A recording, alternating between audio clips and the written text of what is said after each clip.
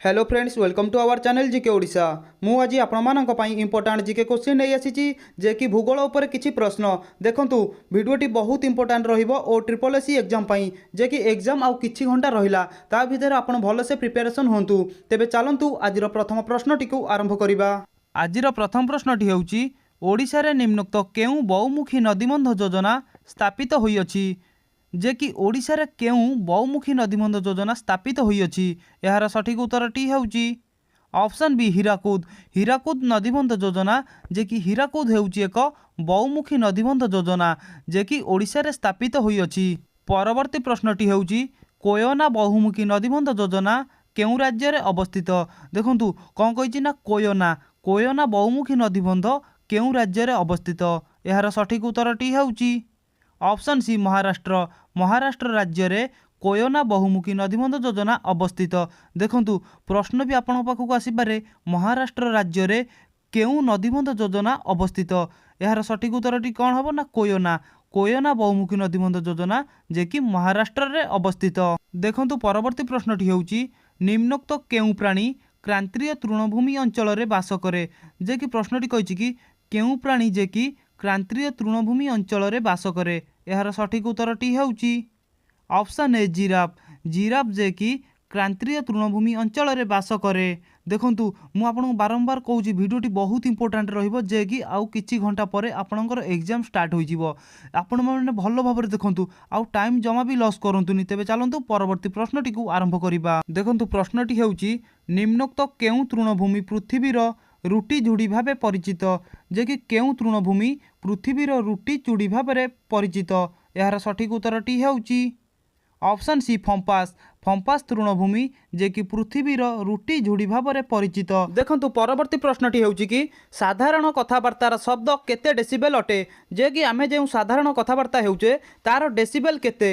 यार सठिक उत्तरटी हेउची option A 25 डेसिबेल। जे कि आमे साधारण कथबार्ता जे हेउचे तार डेसिबेल हेउची जे कि 25 डेसिबेल अटे। देखंतु परवर्ती प्रश्नटी हेउची कि प्राकृतिक परिवेश अंतर्भुक्त निम्नोक्त मध्यरु केउठी जैविक।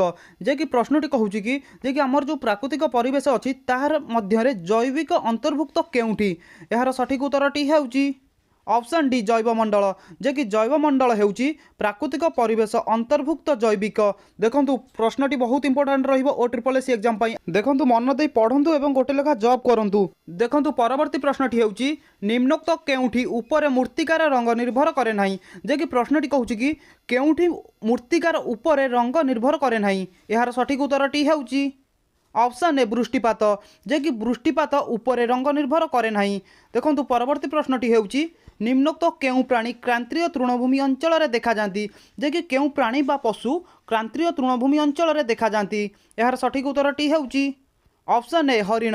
हरिण जे कि क्रांतीय तृणभूमि अंचल रे देखा जाती। देखंतु आउ किछि घंटा एग्जाम रहिला आपण माने भलो भाबरे पढंतु। मु भी आपनकर टॉपिक कंप्लीट करबा को चेष्टा करूची तो कंप्लीट हेइ जिवो। आज दिन माने रे भाबुची 4-5 वीडियो अपलोड कर देबी। आपण माने देखंतु निश्चय क्वेश्चन आसीबो ओ ट्रिपल एससी एग्जाम रे। तबे चलंतु परवर्ती प्रश्नटी को आरंभ करिबा। देखंतु परवर्ती प्रश्नटी हेउची निम्नोक्त केउ अंचल रे पुष्टिकर घास जन्मी थाए। देखंतु प्रश्न कहूची कि हमर केउ अंचल जे कि से अंचल रे पुष्टिकर घास जन्मी थाए। यार सठिक उत्तरटी हेउची ऑप्शन बी उपक्रांतीय तृणभूमि। उपक्रांतीय तृणभूमि रे जे कि पुष्टिकर घास जन्मी थाए। देखंतु परवर्ती प्रश्नटी अछि कि भेंजुआलाला रे क्रांतीय तृणभूमि को कोन कुहा जाय। जे कि भेंजुआलाला रे क्रांतीय तृणभूमि को कोन कुहा जाय। यार सठिक उत्तरटी हेउची ऑप्शन सी लियानोसो। जे कि भेंजुआला रे क्रांतीय तृणभूमि को लियानोसो कुहा जाय। देखंतु परवर्ती प्रश्नटी अछि कि उच्च पर्वत पाददेशरु ऊपर आड़कू क्रमान्वय केउठी तृतीय स्थान रे देखा मिले। देखंतु जेमिति कि हमर बड़रू सान क्रमे सजा जाए ठीक से टाइप रो जे कि उच्च पर्वत जोटू अछि तार ठीक क्रमान्वय तृतीय स्थान रे कोन देखा मिले। यार सठिक उत्तरटी हेउची ऑप्शन डी सलरवर्गीय अरण्य। जे कि उच्च पर्वत पाददेशर ठीक क्रमान्वय तृतीय स्थान रे कोन देखा जाए ना सलरवर्गीय अरण्य।